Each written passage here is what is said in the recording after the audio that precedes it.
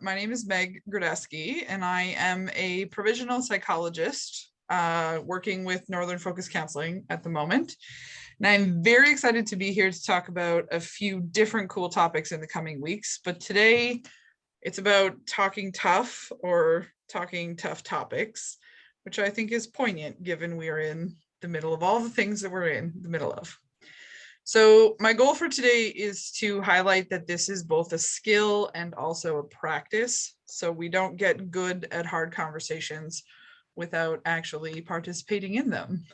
And some of the cool ways in which we can maybe set ourselves and other people up for success as we go through. So just a little bit about me very quickly, and also just so people have contact information if they want it. My name's Meg. I go by the pronouns she and her. I am a provisional psych. As I've said before, it's been a very fun process to get registered.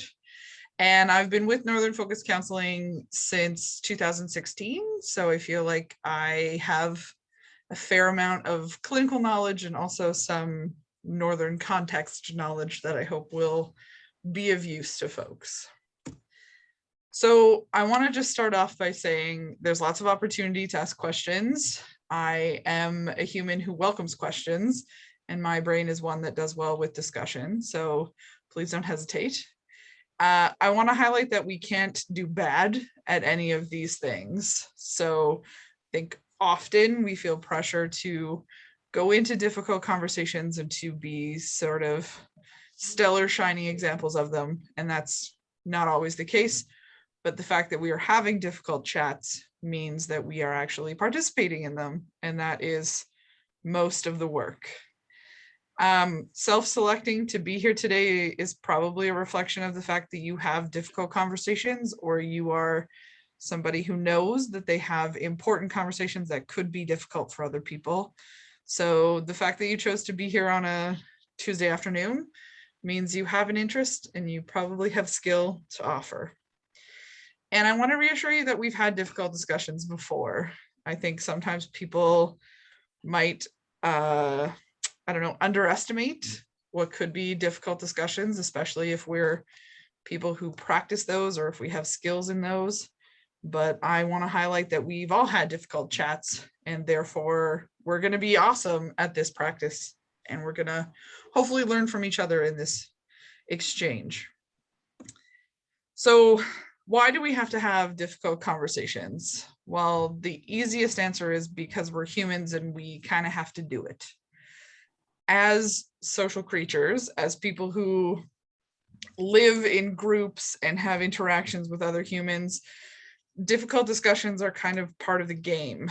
They are an inevitability of sorts, because we disagree on things, or because we have to communicate the stuff that we need from other people, or because we have the potential to have, hypothetical, moral, ethical, all kinds of fun debates, and therefore might have difficult discussions about any of those topics.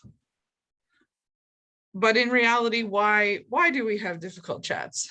And I think I like to start with this because there are many different motivations for why we have difficult discussions, and there are many different perspectives or reasons why we would go into or initiate difficult chat. So sometimes we do it to learn. Either we're trying to learn about other people, so it might feel like it's difficult because maybe we feel like we're imposing, or we're feeling quote unquote nosy. But sometimes we initiate conversation that feels hard because we're curious about what's happening or what's going on, or because we need to know, we have to have information. Sometimes we have difficult discussions because we're trying to advocate. We are doing our very best to help other people get their needs met, or we're trying to get our own needs listened to. And sometimes that involves difficult, sensitive information exchange. We have difficult chats because we're trying to inform people about our own selves, or we're trying to inform people about bigger, more global issues, or perhaps bigger, more important in our world issues.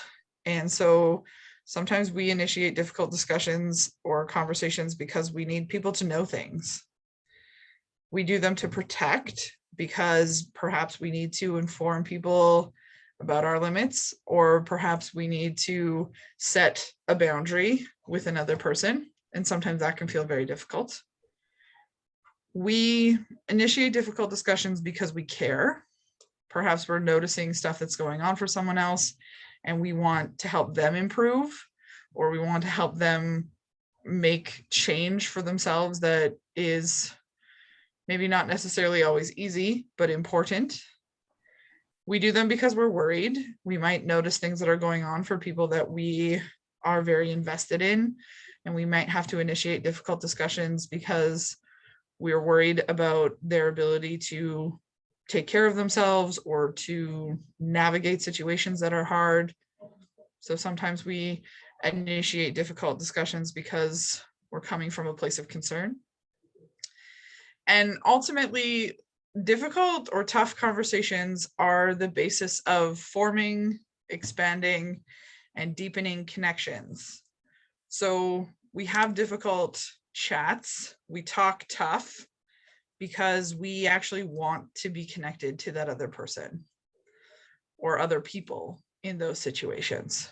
So as much as sometimes I think people assume difficult discussions are about confrontation, they're actually mostly about connection. And I want to highlight that with the notion that conflict, I think, often gets a bad reputation as this very negative, very like sharp, abrasive, possibly scary thing. And it's true, conflict does have the potential to be explosive, to be very evocative. But ultimately, conflict is really just when two people have differing stances, and it doesn't necessarily need to become a very huge, large issue, but it sometimes does, because in the truth of it, we only have conflict about things that we care about. So at the end of the day, conflict is actually an opportunity for connection, because we both care about the thing that we're having a fight over. We're both invested in that as a topic or that as an outcome. And ultimately, we're connected to it because, quite frankly, like, we give a shit about that thing. We may be coming from different angles with it, but we're invested in it, and we want our side to be heard, and we want people to notice our side, and we in turn might want to learn about their side. And so conflict, as much as it is large and scary and has the potential to be very intense, is actually an opportunity for connection. And it's what we do in those difficult moments. It's how we navigate that difficult chat. It's how we talk through the tough things that will actually determine if we can get connected or reconnected to the other person. So when we're thinking about difficult conversations we have to have with people, I like to start with considering or being mindful about the motivation. So from our perspective, what is my motivation for engaging in this discussion? If I'm going to talk to somebody about, I don't know, flavors of lunchtime sandwiches, I need to figure out what is my reason for engaging in that discussion. Am I trying to inform people? Am I trying to advocate? Am I trying to convert people to my side? Being able to be very honest about what our motivation in a difficult discussion or in an exchange is an important place to start from. Thinking about what our capacity and our patience level is. So not every day is a very good day to have a difficult conversation or to initiate or engage in one. Sometimes we didn't sleep well, or we didn't have breakfast, or we feel like our brain got a little bit, I don't know, surprised by what was going on, and we might not be at our best. So we might not necessarily feel like going into some of those difficult exchanges, especially if we have opportunity to plan for them differently or to feel more successful and prepared. Thinking about how much time and energy and effort do we have to give to that conversation? That can really change people's motivation to participate. If I know I only have 5 minutes to try to convince somebody about the merits of my particular sandwich choice, I might not go into that discussion because I don't feel like I could do it in that amount of time, or maybe it's not able to kind of give the effort. It's not able to provide for me the best opportunity to do that. So thinking about our motivation in terms of time and effort, can we go there with people in those discussions? And then being very truthful about, do I actually want to have an exchange, or am I just looking for an audience? And it's perfectly fine to have both of those or either of those, but being mindful of the motivation of that. So maybe I do want to have a debate about lunchtime sandwiches, or perhaps today is just a day where I want to talk about my appreciation for my particular sandwich, and I don't want other people to like have the exchange or do the interaction with me. So when we're thinking about having conversation about difficult topics or talking tough conversations, we have to be very aware of our motivation. And at the same time, thinking about the counterpart in that conversation. What might their reason for this exchange be? And more importantly, really doing some analysis about, do I know that that is for certain, or am I making assumptions about that person's motivations? I think often we skip that step, or we never clarify what our assumptions are when we're having exchanges with other people. And that's just like human nature, human brain, ways that we do things. But it is a personal challenge to my brain to be specific about what assumptions I'm making about that other person's motivation for this particular exchange. And I also want to think about asking clarifying questions about, are they open to the exchange, or do they just want to have an audience? Because sometimes people just want to offload, or people want to have an opportunity to be heard without having an exchange. And that's totally fair. We just have to be clear about what our intentions are, and we have to be able to state what our motivations are.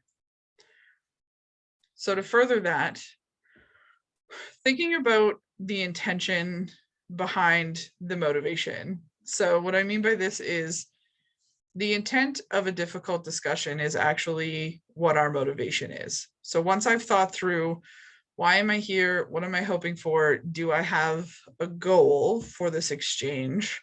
That becomes my intention for the communication. And intention is determined or set by the sender. So what I mean by that is, like, whoever is sort of initiating the discussion, or whoever is the active participant in that moment, is setting the intention. And we have, as humans, reasonable control over the impact to the person we're giving information, which is why we can influence discussions by our intention. Meaning, I can, with reasonable certainty, predict how people are going to react to certain things that I say, either based on the nature of the topic, or the sensitivity of the topic, or perhaps my relationship with that person. So I have a reasonable amount of predictability of what my intention is going to elicit or bring out in that person. And I'm responsible to reflect on the outcomes of what that could mean. So sometimes I may have to say things that are provocative or evocative, or I know are going to rattle or rile people up. And I have to be reasonably assured that what I'm doing is for positive end, and not just because I want to piss people off or stir a hornet's nest or whatever. I, as the sender of the information, the person who is setting the intention for the conversation, I can't dismiss the impact of my words or my perspective on the other party. So the entire phrase of I had the best of intentions, well, if we didn't intend for a certain reaction to happen, then we have to be responsive to it. We have to acknowledge that we did elicit, or we bring out a reaction we didn't expect. I find oftentimes when people are like, oh, but my intentions were good, there are folks who really didn't know that they might have an impact on people. But sometimes I think we use that as a scapegoat for knowing we were going to do something that might hurt people, or we were going to do something that might rattle people. And And we get to make predeterminations about that based on the exchanges that we had. It's a reasonable predictability of how what I'm going to say might land. So intent is determined by the sender of information, and the impact of that is from the recipient's point of view. So as much as there might be one person who's leading a conversation, there's always going to be people who are back and forth. You can't have a discussion or a conversation about something tough by yourself. You usually have to have another person participate in some capacity. I mean, some people are very good at self-debates, but for the most part, it's a two-person or more exchange. So the impact of what's happening, or the impact of the information, is determined by the recipient, the receiving party. And it's evaluated based on what they've received. So we can't make assumptions. We always have to ask for clarity. And that's also a difficult skill to practice. We as recipients of information who are being impacted have a reasonable understanding, or we can make reasonable predictions about the intention from the other sender. So sometimes we might know people who are very good at like pushing our buttons, and therefore we might judge their intent as to do so, as opposed to if we're newly meeting someone, or if we trust that person to have a respectful exchange, we might give them benefit of the doubt that they didn't mean to set us off, but we have a reasonable amount of understanding that we can gift ourselves, or that we can kind of evaluate based on what we know of that person. We are also, as the recipients of information, responsible for confirming the intent from that person. So like I'm trying to kind of hammer home or highlight, human brains work a lot on assumptions, and human interactions work a lot on me assuming I know where the other person's coming from. But especially in difficult discussions, we have to be able to ask for clarity, and we have to confirm if what we think happened actually did happen. And as much as I'm saying that this is like one side and then the other, these are very fluid exchanges that happen in conversation. We move between receiving and giving information frequently. So being able to kind of check into which role am I in this moment? Am I trying to set an intention and be mindful of the message? Or am I trying to receive and interpret this as accurately as I can? Lots of layers of human interaction, unsurprising. So I want to talk about the fact that we all have different limits in our conversations. And I like to use this sort of stoplight system because it's easiest for my brain. There are certain topics that are a red light that I just don't ever probably want to discuss, or that require a certain very good combination of things for me to feel comfortable to go there. There are yellow topics where maybe I need to be mindful of how much energy or time or the person I'm having that exchange with. And there are green topics where I'm like happy to talk about those things regardless of the audience or regardless of the time of day or any of those pieces. And there are going to be limits in conversation that are multifaceted. So you're going to have red, yellow, and green limits to the topic. You're going to have red, yellow, and green limits for the time. Maybe you're good to have a 5-minute exchange. Maybe you're a person who knows that you require a bit more in depth because you process, or because you want to make sure that you have lots of time for questions. So if someone says they want to talk to you very quickly, that might be a red limit for you because you know that you need more time. Your particular level of comfort. So I mean, not only physically, are you in a nice, comfortable space, or are we outside at -40? I'm probably not going to have many debates outside in that weather, but I might be able to if we're both feeling in a comfortable space. And also comfort as it relates to your ability to kind of move through that topic or the many layers of that particular conversation. Limits to the amount of effort you want to put in, limits to the amount of knowledge you might have or willingness to go acquire that knowledge. I will fully admit mathematics is not my forte, so if someone wants to have a great, big, fun discussion about math, I don't know if I'm going to put forward all of that homework to be super knowledgeable in that exchange. I'm willing to receive that information, but I might not make a very good debate. We have limits to our desire to actually engage in that conversation. We might have limits to what we evaluate as the value. There are certain topics that I just won't have discussions about because I don't think that the effort that my brain wants to put in is actually worth what it has to do. Or perhaps the person that I'm having that discussion with is not feeling like respectful enough for me to exert myself.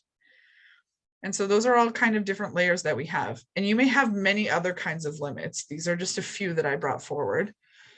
But I want to highlight that just because people might want to talk to us about something doesn't mean that we have to talk to them about it.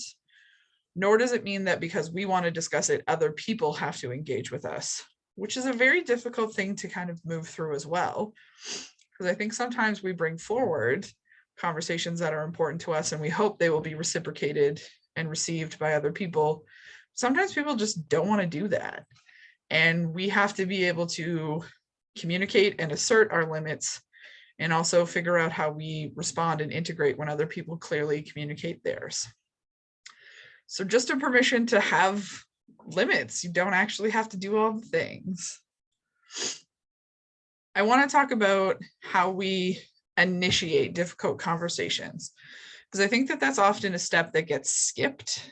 I think sometimes we inject ourselves into difficult conversations, or sometimes we begin difficult chats without checking in to see if other people want to participate. And so for me, consent to engage in it is a really huge step that lots of folks miss. So I want to highlight that we can ask to join an existing conversation. Maybe we're hearing people talk about something we care a lot about, and so we may just ask, hey, can I join in? Can I participate in that conversation? And depending on their limits or their ability, they may receive your request or they may choose not to. And that is also a difficult piece, is sometimes we want to have conversations because it's important to us, but we have to be respectful and reflective of what other people need. One of the ways we can initiate a difficult conversation is to schedule it, to actually have somebody say, I want to talk about this. Can we do it on the weekend? I think that that's an important step in a lot of parts of human communication, is being able to set intentional time to give it the effort that we want to. We also can request to have conversations with people. So I think that it's an important piece to ask individuals for permission to engage in it. Hey, I really want to talk about this particular topic, and when are you available to do that? For me, I like to think of sort of 4 of these main, values or feelings or motivations. So when I'm trying to initiate difficult conversations, I want to think about being polite. So asking for permission to participate in it and respecting that that person gets to agree or not agree. Usually, if we're the person initiating the conversation, it means that we're willing to go there, and it means that we feel comfortable to go there. So politely allowing that person to have choice gives us opportunity to feel more successful or to feel more supportive. I like to be specific about the thing I'm requesting to talk about, which sometimes feels odd when it's really like, I'd like to talk about lunchtime sandwiches with you. Sometimes people are like, wow, that's a really narrow topic. And I'm like, well, we can start narrow and we can always broaden it. I like to be specific with folks. If I know how long I might need to go on about a topic for, I like to give them that heads up too. Hey, I think I'm going to need about an hour of your time to talk about sandwiches. Gives people time to prepare for those things. I like to be curious in that I want people to know that I'm as invested in the exchange as I am in having them hear my side of it. And that's truly one of my intellectual superpowers, is I'm a very inquisitive human, and I can turn conversations into long multiple question exchanges because my brain likes to be curious. And also I am working to practice being present. So when I schedule stuff with people or when I ask for their input, I'm making sure that I'm not distracted by the other things. So as much as I love walking my dogs and talking to people, sometimes managing them is too many distractions, and I might have to schedule a more one-on-one time. You may have different like values or characteristics you're trying to highlight, but those are just 4 that come to my brain, and they're 4 that seem to be helping me the most in conversations lately. This participation plus or minus 2 points is one of the things that I talk frequently in my practice with, especially when working with couples or when working with like parents and teenagers who are having difficulty communicating. I like to refer to this plus or minus 2. And essentially it just means that we kind of want to be near where that other person is energetically. So if on a scale of 1 to 10, we have 1 being fairly quiet and introspective, and 10 being very gregarious and outgoing and loud, we want to be within 2 points of where that other person is. So if we enter into a conversation with somebody who's extroverted and pretty animated like me, we have to be near where I am, or sometimes I don't register that other people are needing to speak, and it feels like I might be steamrolling them because they just haven't been able to reach the like, Meg, you got to pay attention to me flag level. So if I'm operating on a 7 out of 10 and I'm quite animated, I need somebody to come at me at 5 out of 10 so that I take them seriously, that they're equivalently invested in the conversation as my brain thinks so. And also being a few notches lower will help me regulate down, de-escalate to their level. Humans are great at mimicking other humans. So if I'm super animated and I'm really intense, having somebody match, but also be a little bit below my energy will help me move into that more neutral space. And then we can have a positive exchange. And the same is true on the other side. If someone is quite animated, or if someone is quite quiet and they're a bit more reserved, then coming at them in a super animated way is actually just going to shut them down farther. So we may have to calibrate the energy that we bring to conversations to be within a couple of energy points or a couple of like, I don't know, notches of where that person is at. And we do this in a number of different ways. So when we're speaking and when we're listening, and again, these roles are fluid in interactions, we want to be thinking about what that person's motive is. So when I'm speaking, being mindful of my motive and how that impacts that person so that I stay in sync with them so that we're within a couple of points of each other. And when I'm listening, trying to be mindful of what that person is intending to say to me, being careful of their motivation and also thinking about what my response to their motivations might be. We want to highlight the importance of exchanging information. So again, when we're in the speaking role, not just having a monologue. I know my brain well enough to know that I'm somebody that can probably have a pretty intense like soliloquy of sorts, and I might forget that I need to give people opportunity to respond. So keeping my brain in check about giving space and time for people to ask questions. And when I'm in the listening role, figuring out how I help that person stay matched with my pacing.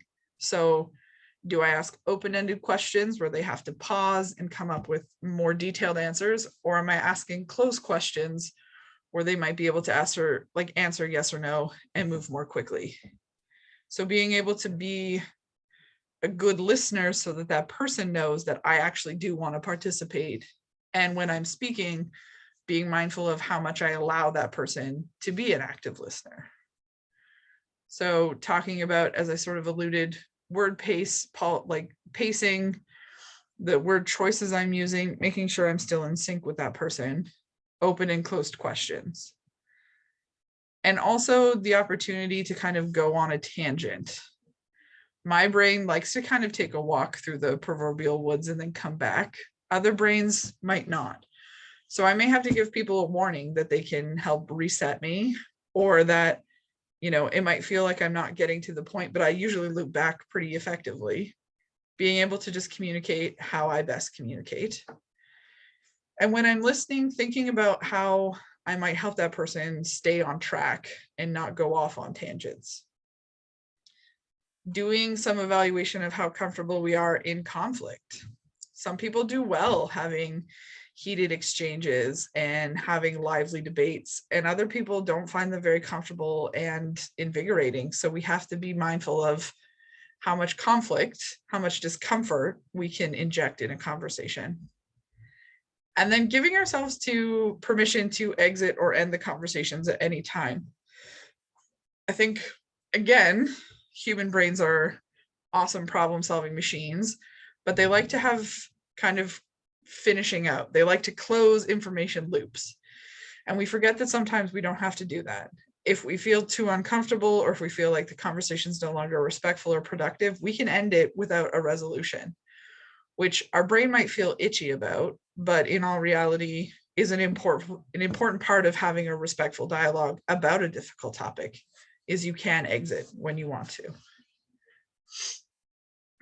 Throughout discussions, also figuring out, are we trying to build tension, or are we trying to enforce a boundary? So while the sentiment is the same of like, I don't agree with you, there's a difference between saying, how could you think that?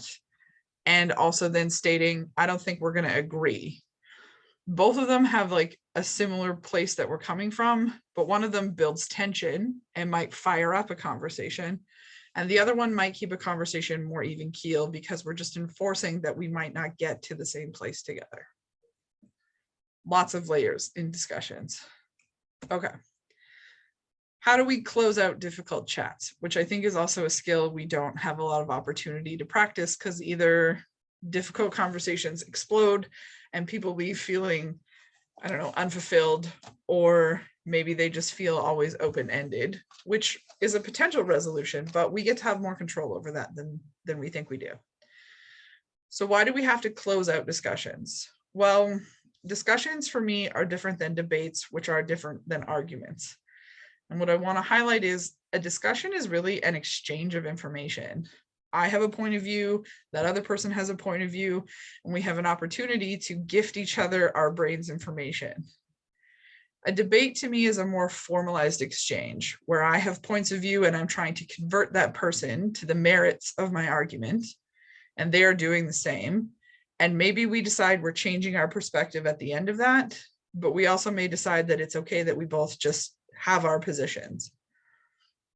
Arguments usually happen when one person is trying to convert the other and we don't agree, and then everyone is upset because this was not the discussion we entered into. Debates can be left open-ended. Discussions are often left open-ended because we have respectful exchange. Arguments, we have to provide closure to. Otherwise, it sets off both of our logical brain and also our emotional brain. Sometimes we have positive endings, sometimes we have negative endings, and sometimes we have neutral or null endings. And again, brains really just like to have the end, the closure of that loop. They're generally not super attached to whether or not it's what we wanted or not. So being able to close out an argument because we need to, for the sake of our comfort, is actually an important skill to practice.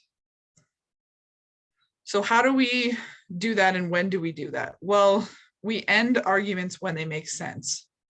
So sometimes when a consensus is reached, maybe we do have a discussion where we both agree at the end of it. That's an amazing positive result. Maybe we reach the limit of our comfort or our time or perhaps our knowledge on the topic. That's also a perfectly acceptable time to end conversations. Or perhaps we need to go do more research, or maybe we need to action some items from that discussion. I'm thinking specifically of in a workplace discussion, you might need to go and do some things before we come back to finish that particular topic. And how do we do the ending of discussions? Well, I think we can offer reflections and gratitude. So giving people an opportunity to receive our appreciation for the discussion, because sometimes we genuinely do have gratitude for being able to participate in that exchange. We want to offer, if we're willing, a chance to reevaluate or a request to return to it. So sometimes we might be willing to come back to this discussion. Maybe we need to go eat lunch, or we just got overwhelmed with stuff today and we want to come back to it tomorrow. We might be really willing to have that difficult chat, but we may need time to go do some reflection. Maybe we close out discussions after our boundaries have been violated. So maybe this person is pushing buttons we didn't like or pushing buttons we told them they weren't allowed to, and we end the discussion because they have rattled us too far. Sometimes we might just have to exit without explanation because people have reached past where we're comfortable going. And being able to determine where we're at with those different types of levels of comfort. So I have examples from my sandwich things earlier because I think it's always good to have like practical opportunity. So one of these is the statement of an appreciation for the discussion. So thanks for telling me about peanut butter and pickle sandwiches. I'd never considered them as an option before. I don't really think that they're for me, but I'm happy that we can still eat lunch together. Is an appreciation for this person initiating a difficult discussion about sandwiches, one in which we might not agree with, but maybe we actually don't hold any particular decisions or determinations or opinions about that sandwich, and we just like having conversation with that person. We might state if we're reaching a limit. So I think we're getting a bit heated. I propose we schedule a time later today to chat more. It'll give me time to check my info about pickles. Is that okay with you?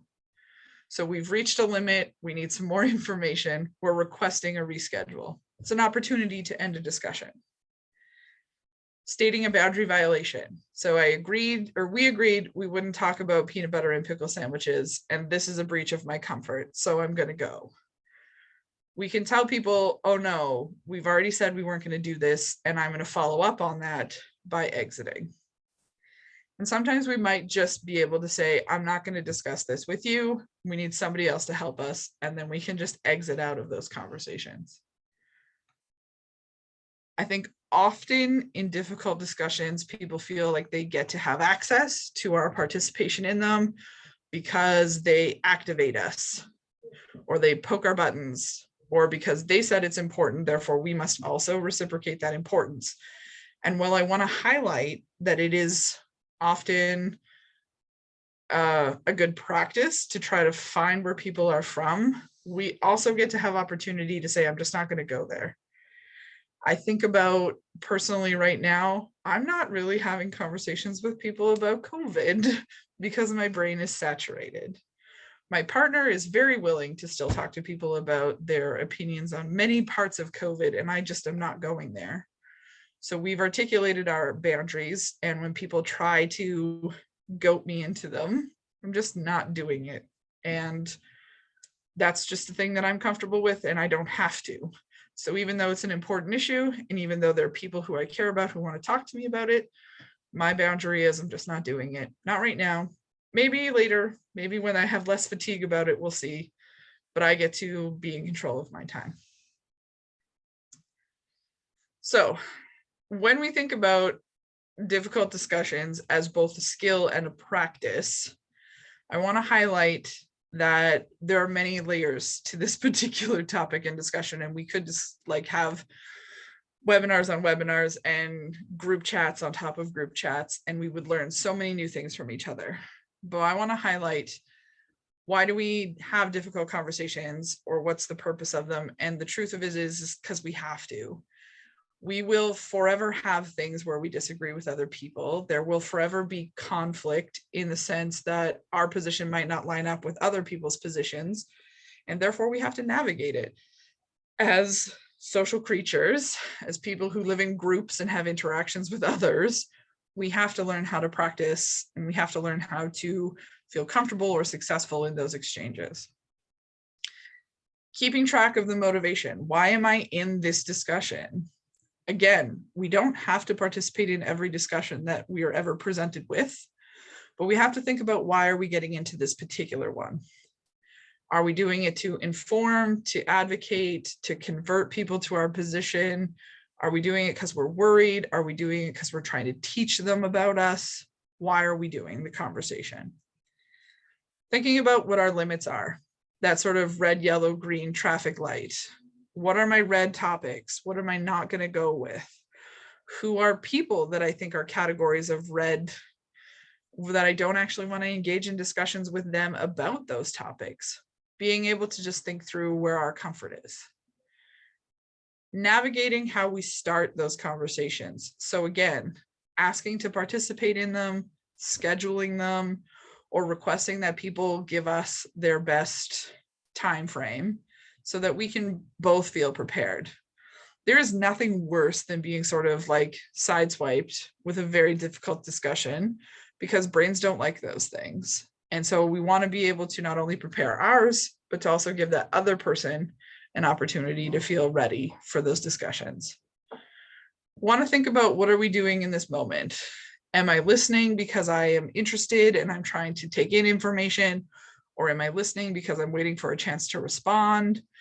Am I speaking because I want to have an exchange, or am I trying to just get my monologue out there? And again, there's not a criticism for that. There's just a bringing awareness to those things. What is our intention in those discussions? And then to think about, when does this conversation get to be over? When do I get to end all of those topics? Do I have to have a resolution? Does it have to be consensus? Can we just agree that we're not going to reach an agreement? Or is this person disrespectful enough that I'm going to exit the conversation? Have I reached a limit, and do I need a timeout? Are all valid reasons to end difficult conversations. Okay, there will be time for questions and comments and all of those wonderful things. I want to encourage everybody to bring forward questions and comments. It may feel tough, but it is an important piece of it. And also, I get to benefit from all of your knowledge and learning, which is a huge highlight for me. And then I'll also just put my information back up. If people want to send an email or a phone call or whatever, this is available, and we can circulate that around if we want to. So I am hoping Vicky is around and we can move to the interactive portion of this discussion.